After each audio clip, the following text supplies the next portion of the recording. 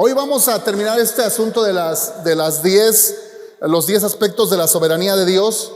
Y estos últimos dos nos van a hablar de la soberanía que Dios tiene sobre Satanás, tanto para cegar las mentes, porque Satanás tiene el poder de cegar las mentes, así lo dice la Biblia. Pero sobre él está Dios, y lo vamos a ver. También Satanás tiene el poder de atar a las personas con pecados continuos, con pecados que se vuelven hábitos, con pecados que se vuelven costumbres, y que después de que lo has practicado tanto, te causa o te produce una sensibilidad de que es imposible dejar ese pecado. ¿Sí? ¿Por qué? Porque estás atado por el diablo. Pero sobre esas ataduras, sobre ese poder que el diablo tiene de atar a las personas con pecados, está nuestro Dios todopoderoso. Así que vamos entrando en tema y vamos a ver el punto 9. Dios es soberano sobre el poder de Satanás para cegar las mentes. El peor sufrimiento de todos es el sufrimiento eterno del infierno. Ahora, esto lo tenemos solamente como noticia, porque gracias a Dios no hemos llegado allá, ni queremos llegar. Y ahora yo le digo algo más poderoso: ni vamos a llegar. Si usted tiene la fe en Jesucristo, usted no va a llegar allá, a ese lugar llamado infierno. Pero Satanás está fatalmente predestinado a experimentarlo, es decir, ya está condenado. ¿Cuál fue el gran pecado de Satanás? ¿Alguien sabe? El gran pecado de Satanás fue el orgullo, nada más. Ya hemos dicho antes, él ni siquiera fue adúltero, asesino, mentiroso. Bueno, mentiroso sí. Pero allá en el cielo el único pecado que cometió fue ser orgulloso, querer ser igual a Dios. Y Dios lo desechó. Desde ese momento Dios lo condenó al infierno, al lago de fuego. Sin embargo, está como en prisión preventiva, ¿no? Así como esperando el día en que sea arrojado a ese lugar. Mientras fue mandado aquí a esta tierra, como que esta tierra fue esa sala de espera o esa prisión preventiva para él. Y por engaño le quitó la autoridad a Adán, y por eso ahora tiene tanta autoridad el diablo sobre las personas que no conocen a Cristo, que no han sido liberadas por el Señor. Y su afán es llevarse al mayor número de personas que pueda consigo mismo, al infierno. Él sabe que ya no tiene escapatoria. El juicio que ha sido decretado sobre él no tiene reversa. No hay manera de ampararse. No hay manera de que corrompa al juez, de que le dé una lana y lo deje libre. No hay manera. Con Dios no pasan esas cosas. Así que Satanás está condenado. Él sabe hacia dónde va. Fíjese que dice Apocalipsis capítulo 20 y verso 10. Apocalipsis 20:10. Dice: y el diablo que los engañaba fue lanzado en el lago de fuego y azufre. Fíjese cómo lo pone en tiempo pasado. ¿Por qué el profeta pone este evento en tiempo pasado, como si ya hubiera ocurrido? Porque el profeta, en este caso Juan el Bautista, fue llevado en el espíritu, vamos a decirlo así, fue llevado hacia el futuro y vio lo que va a ocurrir. Entonces él lo vio, y cuando lo relata, cuando lo escribe, lo pone como en tiempo pasado, como si ya hubiera sucedido, porque él ya lo vio. Es algo futuro que no ha sucedido, pero que él ya estuvo ahí. Ahora tenemos que entender algo bien poderoso acerca de los profetas, en este caso de Juan Bautista y de cualquier otro profeta. El profeta no es soberano. O sea, no es que venga y te diga una palabra porque él lo está diciendo, se va a cumplir esa palabra. No. Cuando el profeta es profeta de Dios, como en el caso de Juan, la palabra que te dijo, la palabra que soltó para ti, se va a cumplir sí o sí, quieras o no quieras. Yo recuerdo cuando La hermana Hazel fue a un concierto hace unos meses a Puebla. Creo que la acompañó alguien de por aquí, no recuerdo.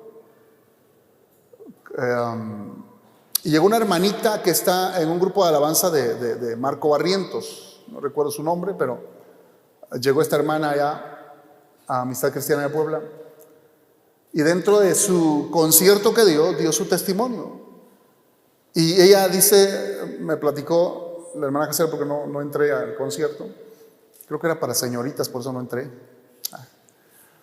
El asunto es que la hermana daba su testimonio y dice que a ella le profetizaron, cuando ella era joven, que ella iba a impactar a las naciones con su alabanza en español.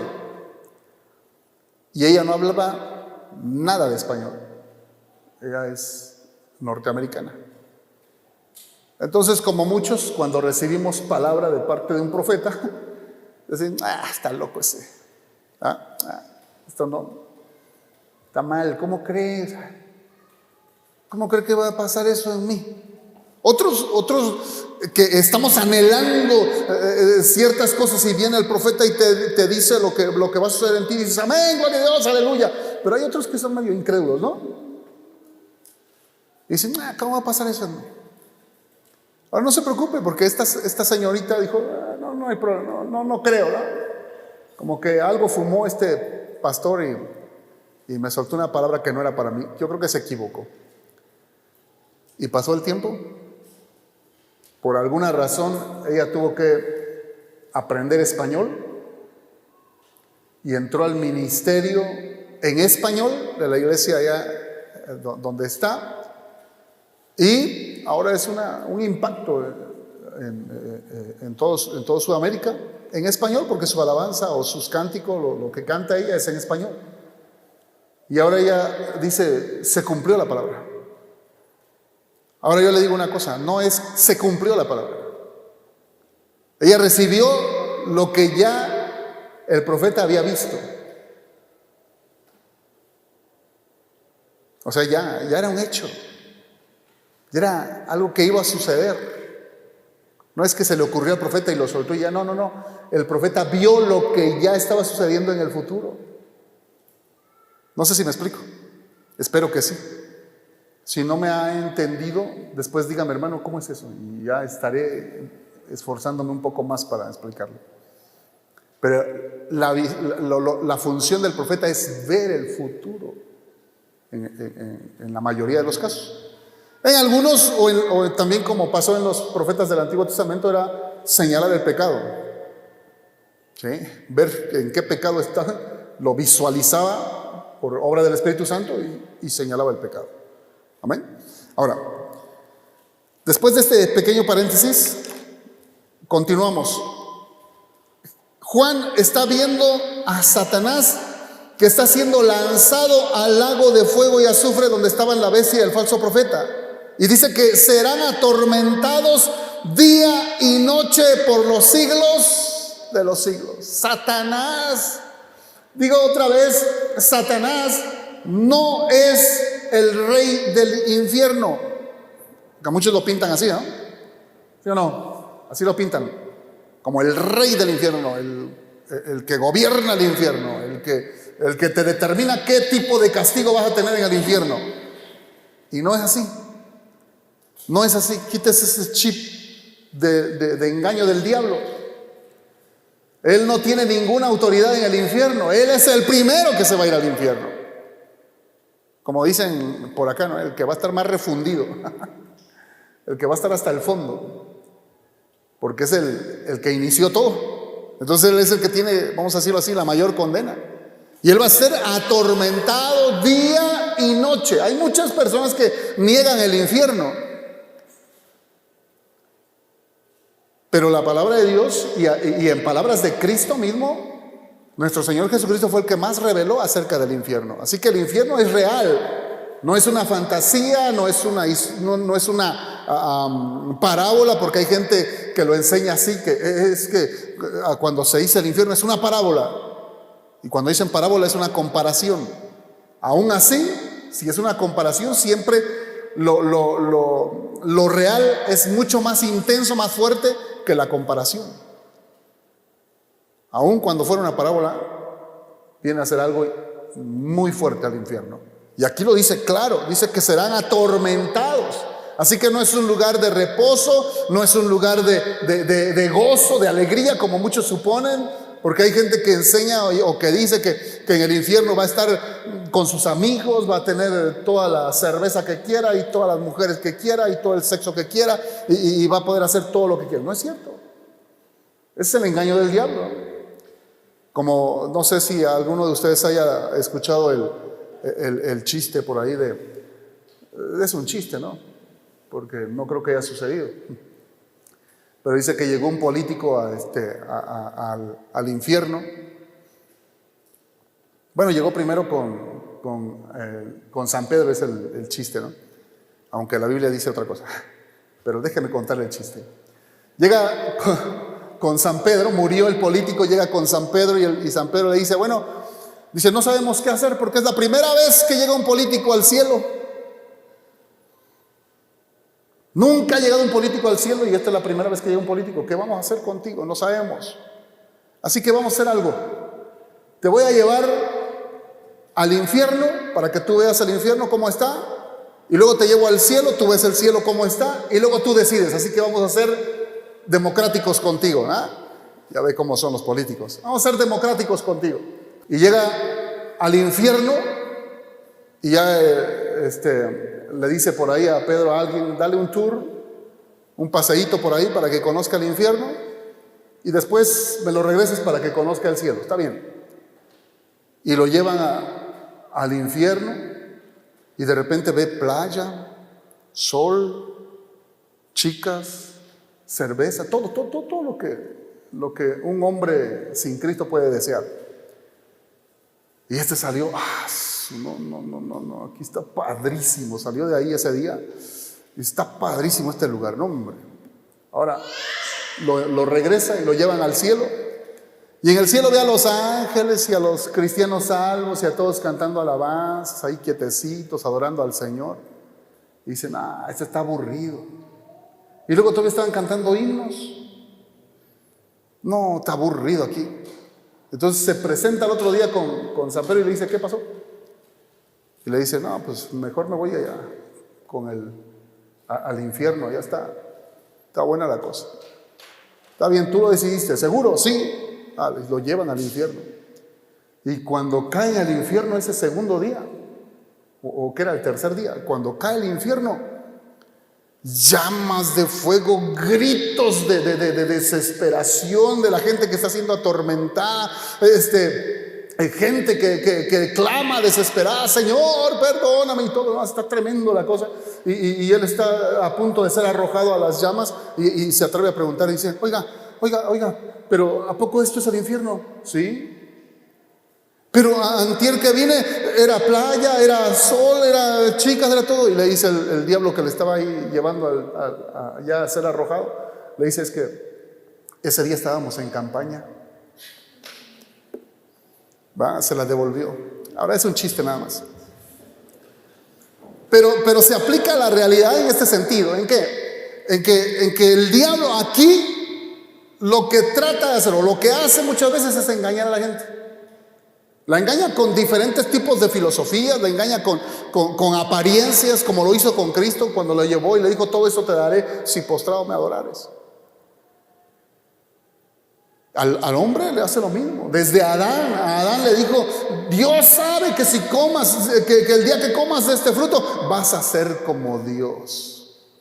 Y Adán dijo, así de grandote y fuerte y poderoso y todo. Entonces sí, y comió. Y después se dio cuenta que era una mentira, ¿no? Así el diablo trata de engañar o engaña a muchas personas. Aún en nuestros días, en nuestra actualidad, a los cristianos los engañan para mantenerlos atados, alejados, fríos, apáticos, fuera del ministerio. Los engaña con trabajo, con ocupaciones, con escuela, con cualquier cosa. El diablo es maestro en eso.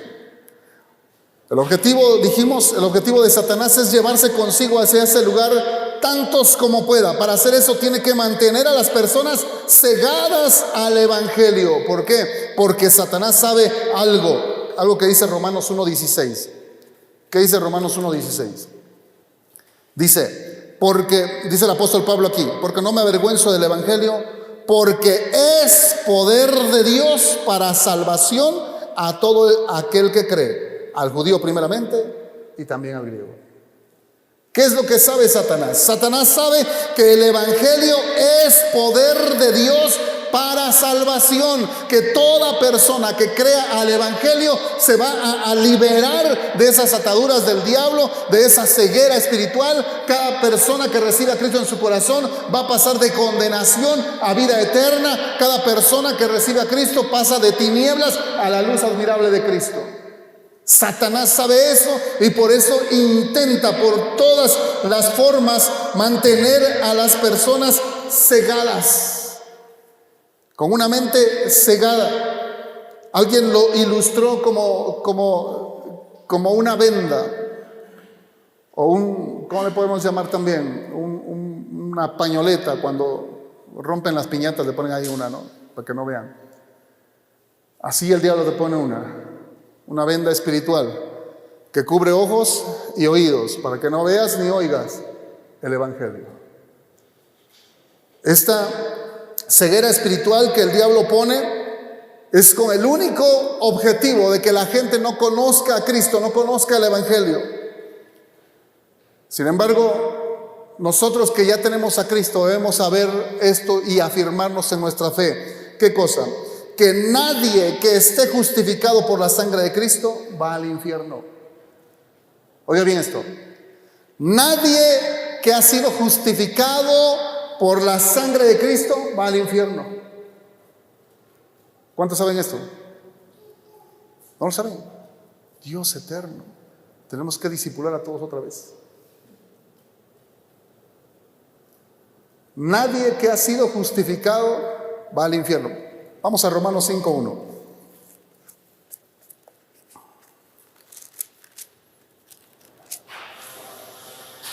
Romanos 5:1 dice: justificados pues por la fe, tenemos paz para con Dios por medio de nuestro Señor Jesucristo.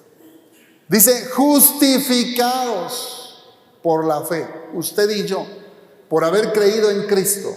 Dice la Escritura que ya hemos sido justificados. ¿Qué quiere decir la palabra justificados? La palabra justificados quiere decir declarado justo. ¿Qué quiere decir justificado? Declarado justo. A ver, dígalo conmigo. ¿Qué quiere decir justificado? Declarado justo. Ahora, antes de creer en Cristo, nuestra condición, la de todos, nuestra condición era la anterior, de estar cegados espiritualmente, atados también por el diablo en nuestros delitos y pecados, y por consecuencia, por nuestro pecado, estamos condenados a la eternidad sin Dios, a ese lugar de tormento eterno. Fíjese cómo dice en Romanos 6:23. Dice ahí, porque la paga del pecado es, a ver otra vez, porque la paga del pecado es muerte. ¿Y cuántos habíamos pecado? ¿Cuántos? Todos.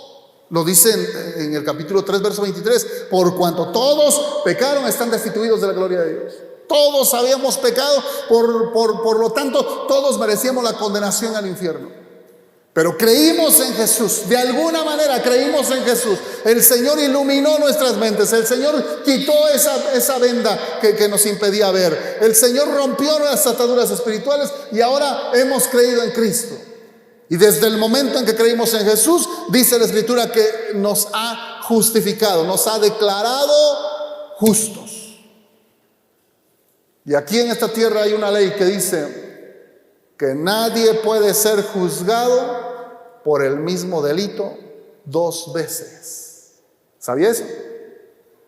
Se aplica. Nadie puede ser juzgado por el mismo delito 2 veces. Así que si usted y yo ya fuimos juzgados una vez, y el Señor nos declaró justos, usted ya no puede ser condenado.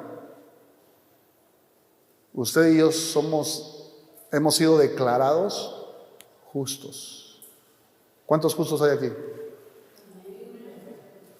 ¿No lo creen? Esto es fe nada más. ¿Cuántos justos hay aquí? No porque usted lo sea, sino porque el Señor lo declaró justo. Quiero decir, no porque usted esté viviendo una vida realmente justa e impecable, que nunca peque.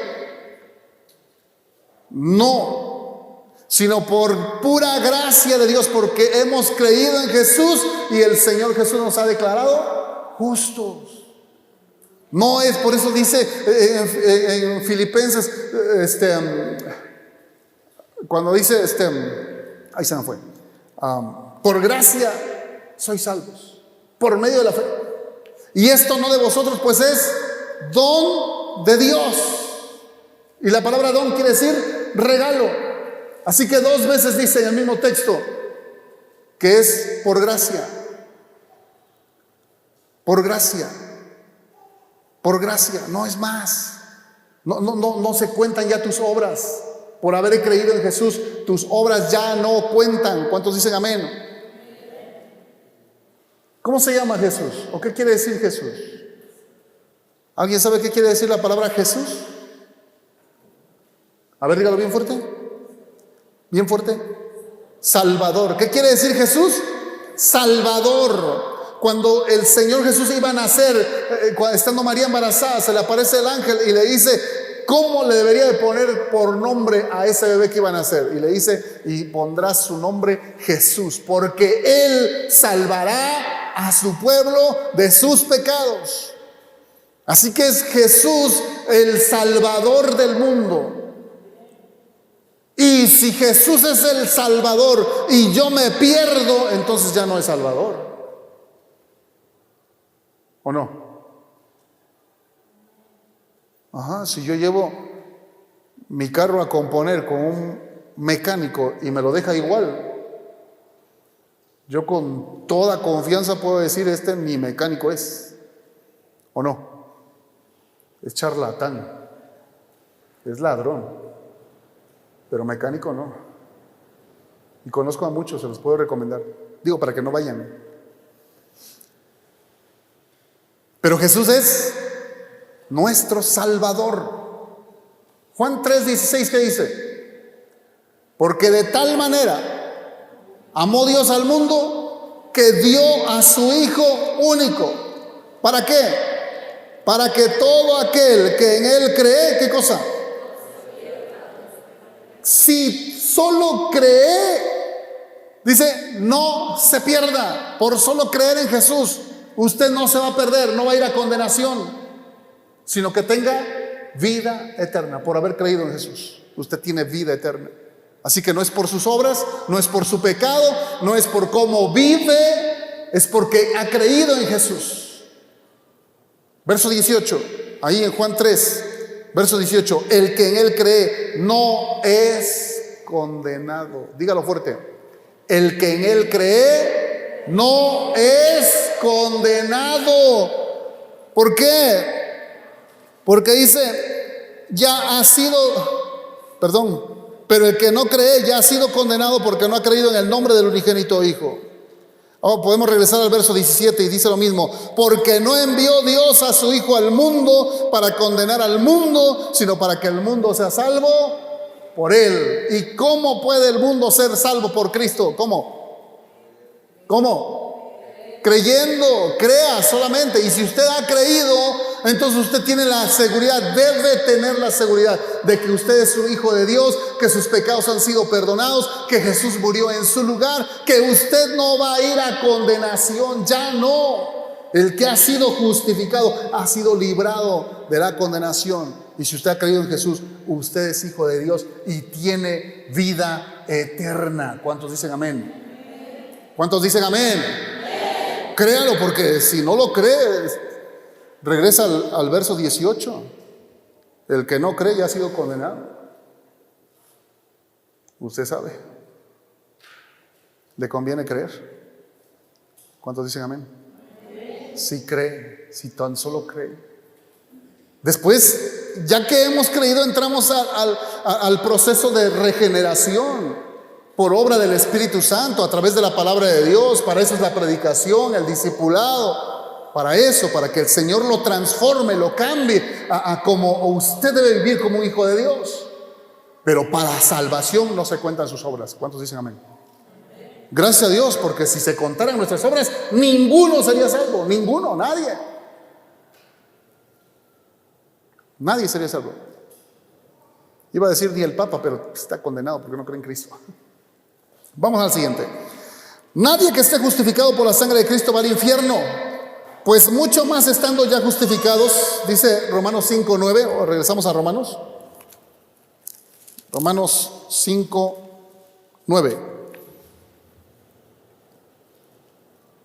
Como para que agarremos el hilo, vamos a leer desde el verso 7. Dice: ciertamente apenas morirá alguno por un justo. Por si hubiera alguien, ¿no? que dice, tú vas a ser condenado por asesino, pero no quiero que tú mueras, hazte un lado, yo me pongo. ¿Cuántos harían eso? Ni locos, ¿ah? ¿Alguien se ha enterado de alguien que haga eso? No. Cristo. Cristo solamente. Verso 7. Ciertamente apenas morirá alguno por un justo, con todo pudiera ser que alguno osara morir por el bueno. El problema es que no hay ninguno bueno, ¿no? No hay ninguno bueno. Verso 8. Mas Dios muestra su amor para con nosotros, en que siendo aún pecadores, Cristo murió por nosotros.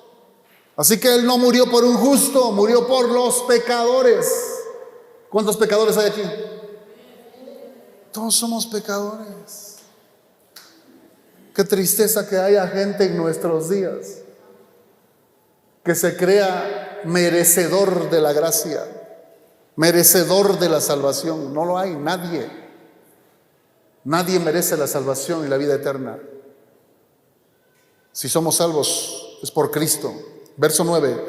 Pues mucho más estando ya justificados, porque ya nos justificó el Señor por la fe, pues mucho más estando ya justificados en su sangre, por Él seremos salvos de la ira. Por Él seremos salvos de la ira, por Cristo. Ya Él nos justificó. ¿Cómo? ¿En qué momento nos justificó? Cuando Él murió por nosotros en la cruz. Él pagó lo que nosotros teníamos que pagar en el infierno, lo pagó el Señor Jesucristo en la cruz. Dice la Escritura en otro texto: el justo, hablando de Jesús, por los injustos para llevarnos a Dios. Él pagó, Él murió en nuestro lugar. Y ahora usted y yo, por solo creer, hemos sido justificados. Ya no vamos al infierno, ya no vamos a condenación, ahora vamos a vida eterna, porque ahora somos hijos de Dios. Amén. Créalo. Ese es el Evangelio. Por eso repito otra vez: nadie que esté justificado por la sangre de Cristo va al infierno. Y si ya somos justificados, como dice el verso 9, si ya hemos sido justificados por su sangre, por Él seremos salvos de la ira. Y cuando dice aquí salvos de la ira, se refiere a dos cosas: salvos del infierno, pero también salvos de la gran tribulación. Como vamos avanzando en Apocalipsis, vamos a llegar a hablar con detalle acerca del arrebatamiento y acerca de la gran tribulación. Amén. Así que tenemos tema para años. Solo aquellos que no abrazan la obra sustitutiva de Cristo, quien detiene la ira de Dios, sufrirá la ira de Dios. Se lo digo otra vez: solo aquellos que no abrazan la obra sustitutiva de Cristo, es decir, que no creen que Jesús murió en su lugar, ellos sí van a sufrir la ira de Dios. Fíjese cómo lo dice 2 Corintios 4:4. 2 Corintios 4:4.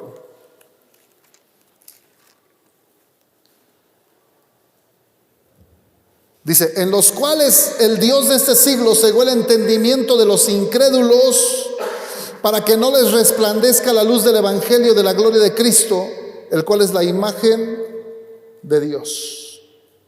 ¿Qué cosa es lo que hace Satanás? Ciega el entendimiento de los incrédulos. ¿Para qué? Para mantenerlos bajo condenación, para que no crean en Jesús, para que se vayan con Él al infierno. Esta acción de cegar el entendimiento es el arma más mortal del arsenal de Satanás. Si Satanás tiene éxito con alguna persona de mantenerlo cegado, entonces el sufrimiento para esa persona será interminable en el infierno.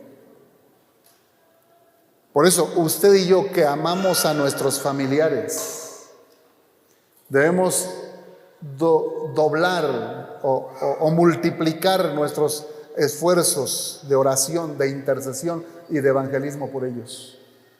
Porque cada persona que no tiene a Cristo, que no ha creído en Jesús, está condenada.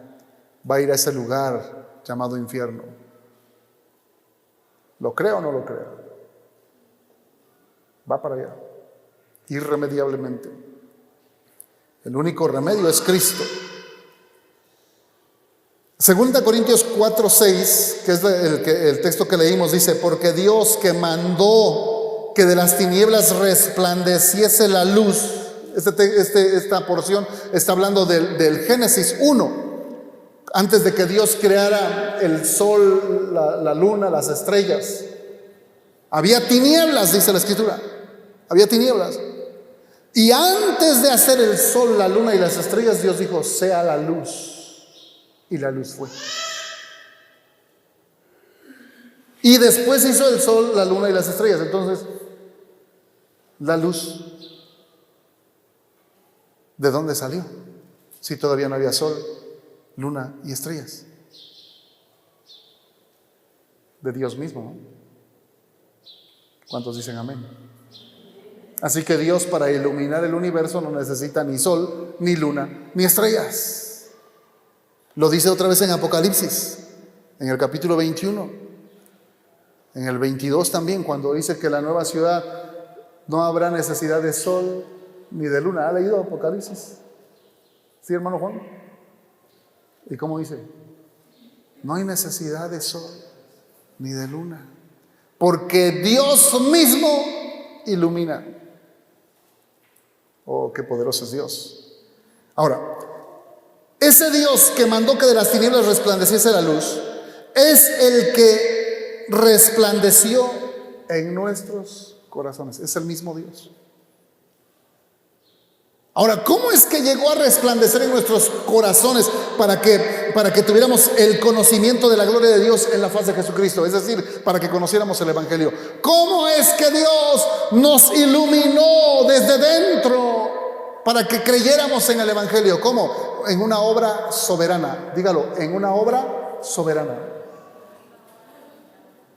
O sea, Él quiso que usted creyera al Evangelio, porque usted y yo estábamos condenados al infierno. Pero Él en su gracia nos escogió de entre los 10,800 habitantes de San Marcos, Tlacoyalco. Le escogió a usted para que creyera en el Evangelio. ¿Por qué no le da un fuerte aplauso a Dios? Pero con todo, gracias Dios, gracias. Gracias, porque ¿quiénes éramos? Éramos importantes, inteligentes, sabios, ricos. Dice la Escritura: de lo vil y lo menospreciado escogió Dios. Así que no se crea chulo. De lo vil y lo menospreciado escogió Dios. Y por eso usted está aquí. Y por eso usted ha creído en Cristo. No porque haya sido una excelente persona y por eso lo escogió el Señor. Oh, este es santísimo, por eso me lo traigo para acá. No. Éramos de lo peorcito.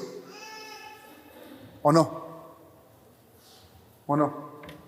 Éramos de lo peorcito y Dios nos escogió en su soberana voluntad. Y puso esa iluminación en nosotros de creer. Él puso el don de la fe en nosotros para creer el Evangelio. Así que la comparación es entre la luz creadora de Dios al comienzo del mundo y la luz creadora de Dios en el oscurecido corazón humano. Con total soberanía, Dios dijo: quiero que Lorenzo sea salvo. Quiero que Mari sea salva. Póngale su nombre. Dios determinó y le iluminó con su Santo Espíritu para que creyera al Evangelio. ¿Cuántos dicen amén? Estábamos muertos en nuestros delitos y pecados, pero en su gran misericordia Dios nos dio vida juntamente con Cristo. Efesios 2:5 dice: aún estando nosotros muertos en pecados, nos dio vida juntamente por Cristo. Por gracia sois salvos. Estábamos ciegos y espiritualmente muertos, no veíamos nada convincente y hermoso en el Evangelio. Es decir, muchos de nosotros hablábamos mal de los evangélicos, ¿sí o no? Mis hermanas y yo decíamos: ¿cómo no matan a esos que andan ahí? Éramos locos. Yo no sé cómo usted lo haya dicho, pero menospreciamos a los evangélicos. Pero Dios, en su grande amor, quiso que creyéramos en el Evangelio. 1 Corintios 1:18. 1 Corintios dice: porque la palabra de la cruz es locura a los que se pierden. Y así la veíamos nosotros. Incluso decíamos de los evangélicos o de los cristianos, de los aleluyas, están locos. Igual como muchos ahora mismo están pensando en contra de nosotros. Que estamos locos. Que estamos mal del cerebro, que nos lavaron el cerebro. ¿A cuántos les han lavado el cerebro? A mí el Señor me lavó todito, no nada más el cerebro, completito. ¿Cuántos dicen amén? ¿Cuántos dicen amén? Amén, gloria a Dios. Bien. Y dice más adelante: pero a los que se salvan, esto es, a nosotros, el Evangelio es poder de Dios. Pues está escrito: destruiré la sabiduría de los sabios y desecharé el entendimiento de los entendidos. Vamos a brincarnos al verso 23. Y en el 23 dice: pero nosotros predicamos a Cristo crucificado, para los judíos ciertamente tropezadero y para los gentiles locura. Es decir, para los religiosos tropezadero. El Evangelio es tropezadero. ¿Por qué? ¿Sabe cuál es la manera de pensar de un religioso? ¿Quién es un religioso? Un religioso es el que se cree santísimo, que ya pasó todos los niveles de la santidad y que no hay otro como él. Como el fariseo que estaba orando ahí de pie y de repente llegó un publicano y se arrodilló a un lado. Y el fariseo decía: Señor, te doy gracias porque no soy como este. ¿Se acuerdan? Y el publicano ahí de rodillas decía: Señor, perdóname, soy el más vil pecador. Dice que golpeaba su pecho. Y luego dijo el Señor Jesús, dice: les aseguro que bajó más pronto justificado el publicano que el fariseo. En nuestros días hay muchos fariseos. ¿Hay evangélicos fariseos? Los hay. Hay de otras denominaciones o religiones fariseos, los hay, que se creen la última Coca-Cola en el desierto. Y los han señalado a ustedes. Y les han dicho: ni conocen de Biblia, ni tienen muchos estudios. Y ahora que estamos trayendo apóstoles y profetas, ahora más nos van a crucificar. Y si danzamos, nos hablan mal de nosotros. Y si no danzamos, también. Y si hablamos en lenguas, también. Y si no hablamos en lenguas, también. De todo les hace daño. A una hermana le dijeron: tú no te vas a salvar, eres una pecadora. El que le soltó esa palabra se cree así como digno o sea, se cree tan santo que se cree digno de decir quién sí y quién no es salvo. ¿Y eso a quién le corresponde? ¿Y si Él ha dicho que por gracia somos salvos? ¿Y si Él ha dicho que Él no toma en cuenta tu pecado? Que por solo haberle creído eres salvo o salvo. ¿Qué le dijo a la pecadora que fue allá en adulterio? En el mero acto del adulterio. Después de que se fueron todos los que la acusaban, porque Jesús dijo: el que esté libre de pecado arroje la primera piedra. Después de que se fueron todos ellos, se quedó solo ella con Cristo. ¿Y qué le dijo el Señor? ¿Dónde están los que te acusaban? Señor, se han ido todos. ¿Y qué le dice? Vete, yo tampoco te condeno. Pero le dijo otra frasecita por ahí: y no peques más. Amén. Pero dijo: yo tampoco te condeno. Así que el que podía condenarnos, que es Dios, nos ha declarado justos. ¿Para qué hacerle caso a la gente? Amén. ¿Para qué hacerle caso a la gente, pues? Dios habló con su soberana autoridad de creador y su palabra creó vida y una visión espiritual, y vimos la gloria de Cristo en el Evangelio y creímos. Ahora déjeme regresar un poco al punto. Satanás es un terrible enemigo del Evangelio. A él le da escoria oír el Evangelio. Así como alergia, ¿no? Es un terrible enemigo del Evangelio, pero no es soberano. Dios sí lo es, Dios sí es soberano. Esta es la razón por la que somos salvos, porque Él ha querido darnos la salvación, ha puesto el don de la fe y nos ha llamado a salvación. Yo recuerdo cuando teníamos unos cuantos meses de llegar aquí, empezamos a reunirnos con 4 personitas, y el pastor Emilio, hablando con él, me decía: hermano, yo sé que Dios ama a los singuiguas porque lo ha mandado a usted. Ya había 2 iglesias aquí, pero él dijo: yo sé que Dios ama a los singuiguas porque lo ha mandado a usted. Quiere que más singuiguas sean salvos. Dele la gloria a Dios, por lo menos.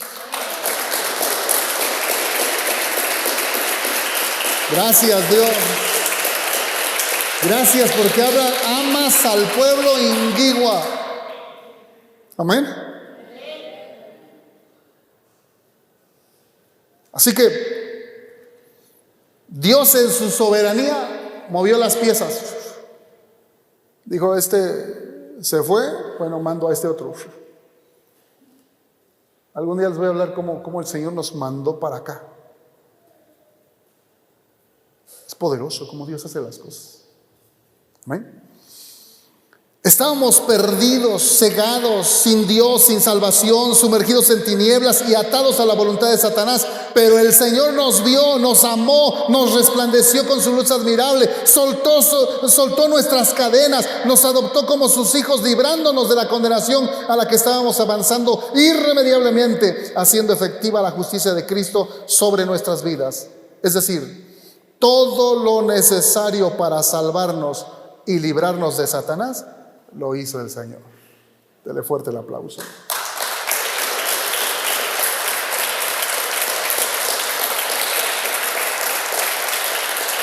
Gracias a Dios. Para terminar, punto 10. Dios es soberano sobre las ataduras espirituales de Satanás. Satanás esclaviza a las personas de 2 maneras. Una, Satanás esclaviza a las personas con miseria y sufrimiento, es decir, con pobreza y sufrimiento de todo tipo. ¿Sí?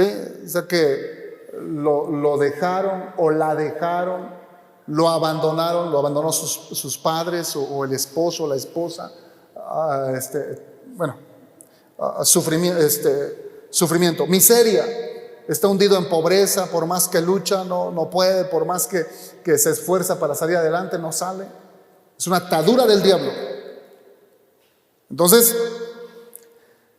el diablo hace pensar a la persona que está en esta atadura de miseria y sufrimiento, le hace pensar que Dios no existe, y que si existe está tan lejos que no se acuerda de él.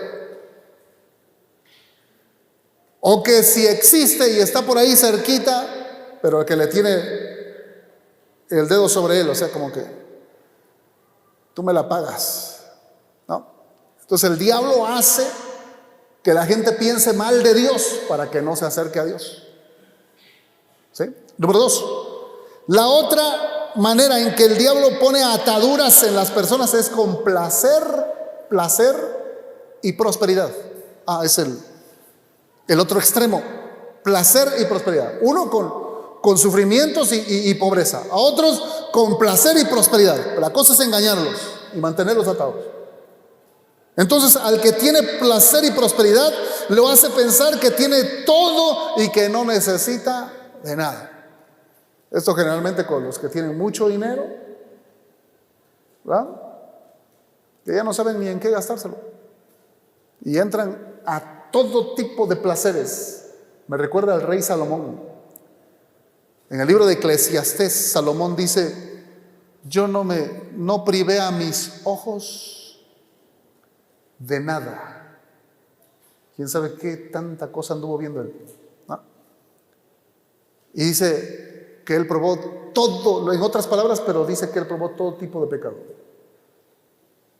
¿No? Tenía tanta ociosidad, porque en el tiempo de Salomón él disfrutó de la paz en su reino que sembró su papá David. David hizo guerra con todas las naciones alrededor y extendió el reino lo más que él pudo. El rey David era guerrero, así que tenía su ejército y todo, y amplió el reino, lo extendió tremendamente al reino de Israel. Pero luego que muere David y se queda su hijo Salomón, dice la Biblia, en los tiempos de Salomón hubo paz. Entonces él no tenía que hacer, estaba tranquilo, cosechando lo que había sembrado su papá. Impuestos, residencias, palacio, lujos, mujeres. Tuvo 1000 mujeres. ¿Para qué quiere tantas? Si uno no puede con una y con 1000. Con una ya se arranca uno los pelos, ahora con 1000. Pero bueno, pobrecito, era su castigo. Bien. Para liberarnos de esas ataduras debemos arrepentirnos, confesar que Dios es bueno y confiable, confesar que los placeres y prosperidad de la vida no se comparan con Dios. Cuando tú reconoces que lo que no tienes o que lo que tienes no se compara con Dios, sino que la gracia y misericordia de Dios es mayor que todo lo que tienes, entonces tú entras o vienes a ser libre y vienes a ser parte del pueblo de Dios.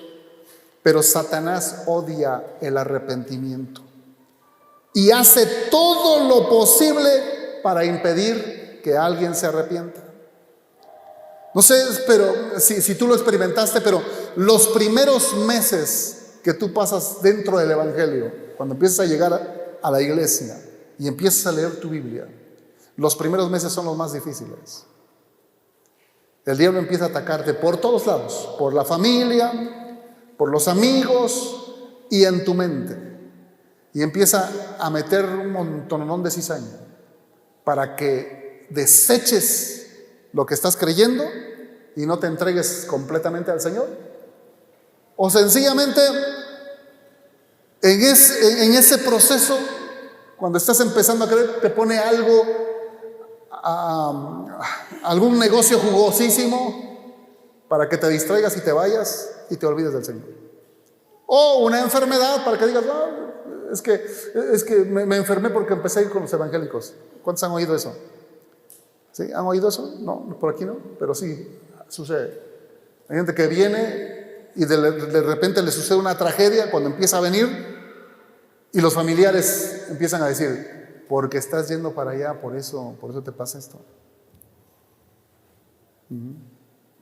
Y si la fe anda así media débil, porque apenas está conociendo a Cristo, o si es un cristiano de años y no se mete con Dios, pues entonces le llega a creer a esas palabras y se van del Señor.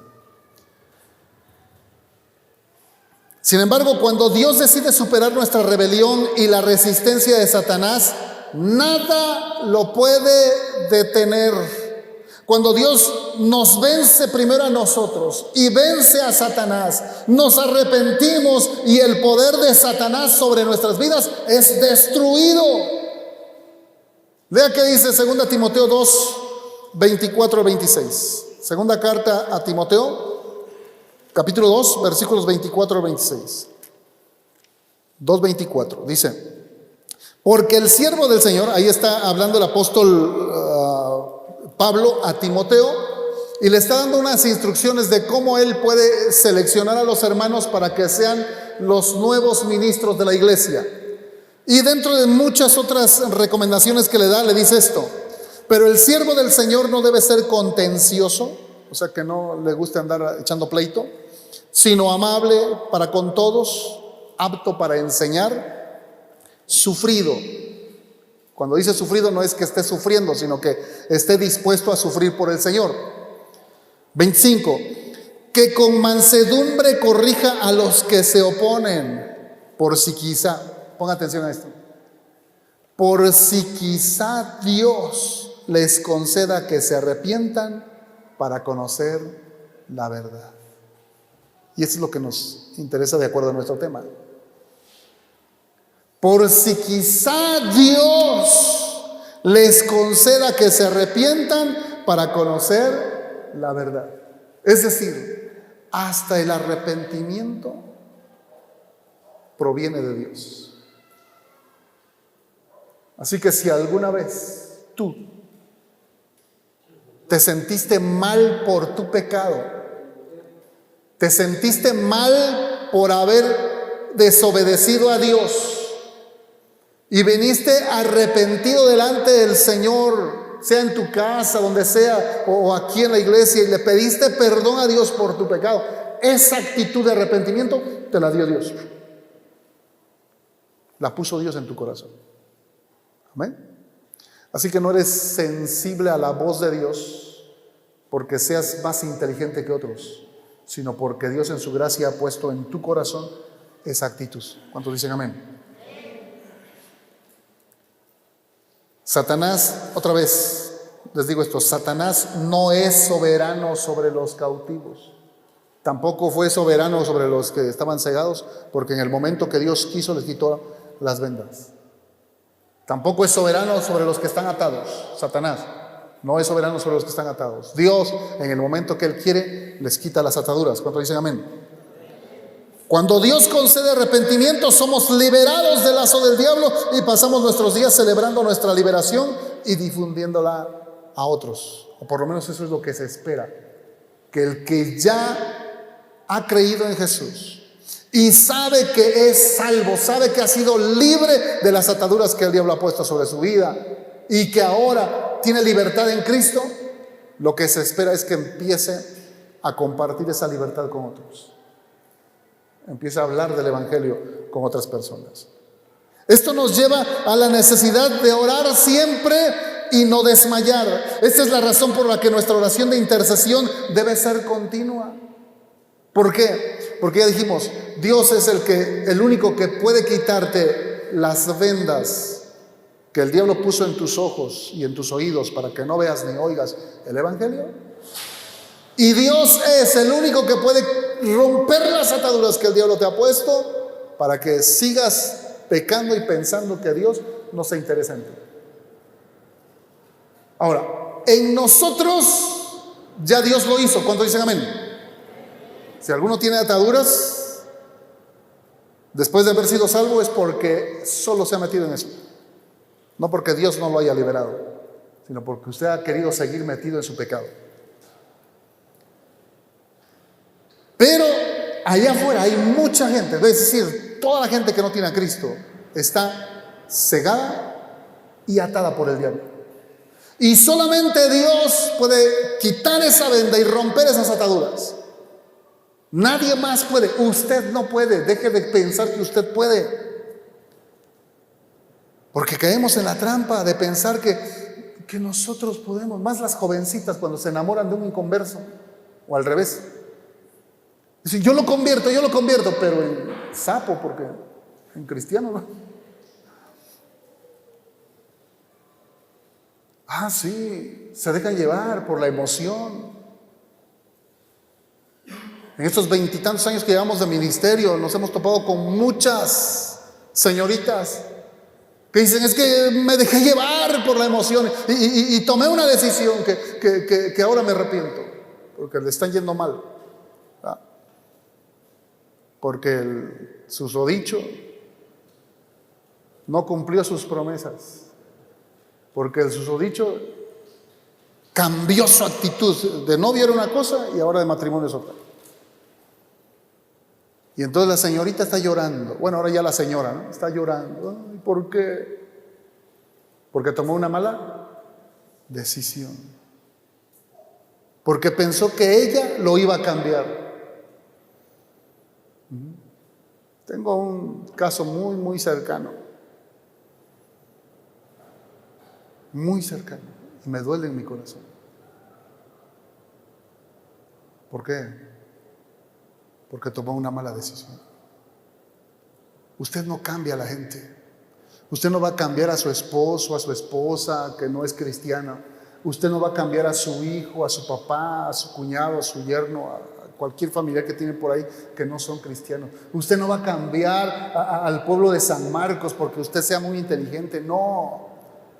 El único que puede hacer eso se llama Dios y es Cristo Jesús. Es el único que puede. Es más, empezando con usted, ¿quién es el único que lo puede cambiar a usted? Dios, nadie más.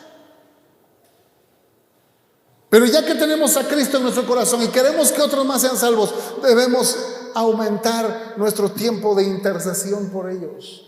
Es solo nuestra oración, es solo nuestra dependencia de Dios lo que va a lograr que otros más vengan a Cristo. Es que usted interceda por él, llore por esa persona. A eso le llamaba Pablo los dolores de parto. Llorar, clamar, gemir por otros para que vengan a Cristo. Eso no quiere decir que no va a evangelizar. Hay que hacer las dos cosas. Por eso la palabra oración es una palabra compuesta de orar y acción. Oración. Para que ore en la presencia de Dios, pero vaya también a hablarles a aquellos que necesitan de Cristo. ¿Cuánto dicen amén? Porque solamente Dios puede quitar esas vendas y romper esas ataduras que el diablo ha puesto. Dios es soberano sobre el poder que el diablo tiene. Para terminar, el mal y el sufrimiento en este mundo son más grandes de lo que cualquiera de nosotros pueda comprender. Pero el mal y el sufrimiento no son supremos. Dios sí lo es. Satanás, el gran amante del mal y sufrimiento, no es soberano. Dios sí lo es. Y vuelvo a repetir la palabra soberano, porque soberano quiere decir el que tiene el control. Pero puedes morir de una gripa, puedes morir de pulmonía, puedes morir de cáncer, de tantas cosas pero que no te mueras sin Cristo,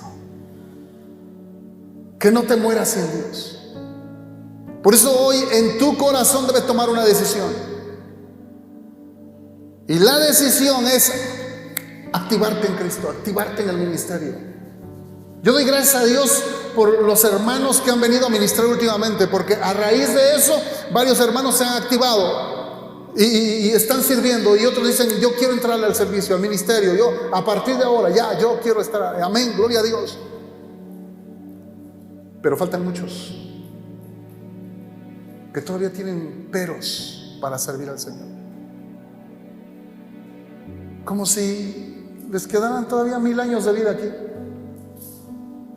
Y no sabes si mañana tengas que ser llamado delante de la presencia de Dios. Yo te invito para que cambies tu actitud. Lo que hoy aprendimos es glorioso.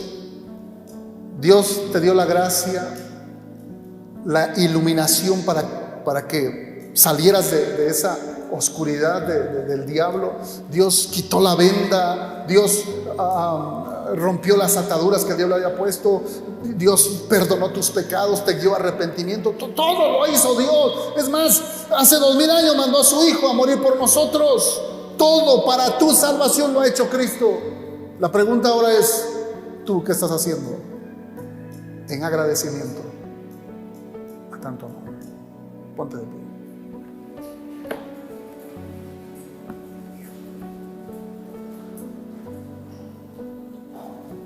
Creo que si Él dio su vida por nosotros, lo menos que podemos hacer es dar nuestra vida por Él. No migajas, no lo que nos sobra, sino todo por Cristo. ¿Qué tanto le estás dando al Señor?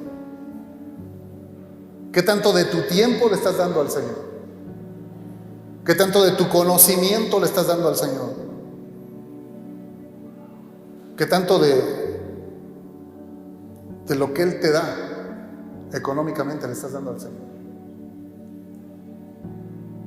Económicamente Dios solo nos exige un diezmo. Pero si pusiéramos el diezmo en todo, solamente que le dedicáramos el 10% de nuestro tiempo para servir al Señor, sería un poquito más de 2 horas diarias para servir al Señor. Esta iglesia cambiaría completamente. Bueno, que apartaras 2 horas diarias para servir al Señor, nada más. Hermano, no tengo ministerio. Bueno, vete a evangelizar, vete a compartir a Cristo. Ahí hay folletos, tenemos cajas de folletos, tenemos mucho material. Hable con su líder, hable conmigo, dígame, hermano, deme folletos, voy a salir a evangelizar. 2 horas diarias. ¿Usted cree que no cambiaría nuestra iglesia? Pero sabe, a veces solamente un ratito al fin de semana y todavía con pretextos. Todavía llegamos tarde. Qué triste. Hoy el llamado de parte de Dios es a que entregues todo, tu vida, tu tiempo, tus recursos al Señor. Ora, empieza a orar. Empieza reconociendo lo que Él ha hecho por ti. Dile, Señor, gracias por la salvación tan grande que me has dado. Gracias por haber mandado a tu Hijo a morir en esa cruz para pagar mis pecados. Gracias por tu Espíritu Santo que me iluminó para que pudiera entender el Evangelio. Señor, gracias porque me guiaste hacia el arrepentimiento. Pusiste en mi corazón el deseo de pedirte perdón, de humillarme delante de ti, de reconocer la gravedad de mi pecado y de decirte, Señor, perdóname. Señor, gracias porque me perdonaste mis pecados, porque me libraste de la condenación eterna, porque ya no más voy a condenación, ahora voy a vida eterna, a ese lugar glorioso que tú has preparado para mí en la presencia del Padre. Gracias. Gracias, Señor Jesús, por haber roto mis cadenas espirituales que me ataban hacia el pecado. Gracias. Hoy entiendo que en tu soberanía, en tu gran amor, tú me escogiste de entre los tantos miles que hay en este pueblo. Tú me escogiste para salvación. Y Dios, te doy gracias por haberme escogido. Gracias. No entiendo por qué lo hiciste, Señor. Porque era totalmente indigno. Pero tú quisiste salvarme, quisiste perdonar mis pecados, quisiste llamarme a salvación. Gracias. Gracias porque pusiste a la persona correcta a mi lado para que me diera testimonio de Jesús. Gracias, Señor, gracias. Gracias, ahora soy pueblo tuyo. Cuando antes no era pueblo, ahora soy pueblo. Gracias. Porque de andar en tinieblas ahora vivo en la luz. Te doy gracias, Señor, gracias. Es en tu soberanía que venciste al diablo y has deshecho todas sus obras que estaban sobre mí. Y ahora, Dios, me has declarado libre para hacer tu voluntad, para servirte con gozo. Señor, usa mi vida, usa mi corazón, usa mi mente, usa mi cuerpo para tu honra y tu gloria, en agradecimiento por lo que tú has hecho por mí, Señor. Gracias. En tu bendito nombre. Amén.